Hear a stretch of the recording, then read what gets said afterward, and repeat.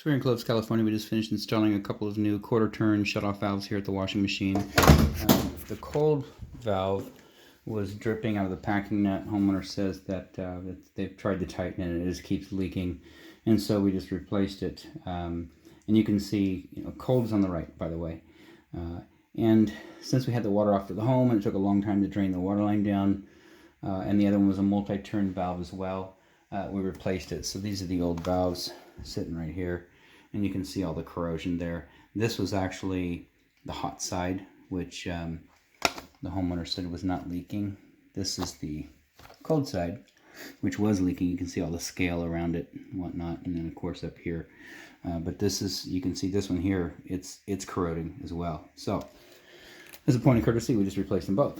And this one, no charge. We're just going to charge you for one installation out here, and they got the hoses hooked back up. So you don't want to monitor this.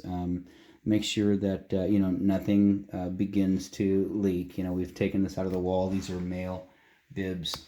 These are female bibs with a short galvanized nipple right there, stubbed out. So quarter turn on, quarter turn off functionality. See if I can get you a light here while I'm taking a video. So these are nice because that's off and that's on. And sorry about the confusion. They don't make these. These are for faucets or outside, not specifically for washing machines. So the one on the left, this is hot. So it normally would be red. They just don't make them with the red handle. So anyways, hot on the left, cold on the right. But it's all hooked up, so just monitor these here. Monitor for dripping, monitor anything on the baseboard or on the drywall or on the floor. Monitor these hoses, these stay in place forever and those gaskets do wear out, so just monitor that. And now we're going to go take a look at a little project in the kitchen. The ice maker box was dripping, and so hopefully that's gone away after tightening the packing nut. Outside of that, this installation is done.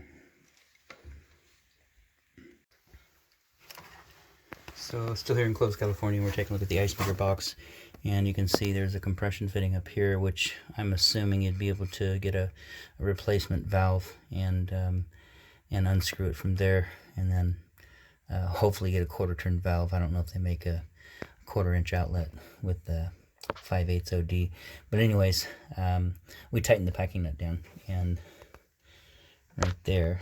So anyways, it's nice and dry. We dried it all the way around, and water's back on, and hopefully it's resolved everything. That no charge for that. We're just going to charge you for the work in the laundry room, but just putting a wrench on there while we're here and tightening that down, I think it's resolved. So just don't use this. Those multi-turn valves have a tendency to not seat correctly after a period of time, so you turn them off, and as soon as you start to turn it, they start dripping, and there's nothing we can do about that. It's just the nature of the valve. And so just tightening the packing nut is the best result for here. Otherwise, you've got to, you put in a new ice maker box, you're looking at about $400 or $500. Cut the wall, get a new box, tie into the water, and then you got a drywall guy got to come in and do repair, tape, texture, paint, and plus your well water doesn't shut down all the way. So even opening all the bibs outside and faucets in the home, water still flows through. And this is a pretty low fixture here. The ice maker box is pretty low, so it'd be hard to work on this without getting a lot of water in here. But anyway, so we just wanted to monitor this before we left, just to take a look at it one more time and make sure that we don't have any leaking in there. And the best we can tell, you're dry. So I would leave it alone. Don't touch it. Leave it alone, and it should last you for years to come. Outside of that, this installation is done.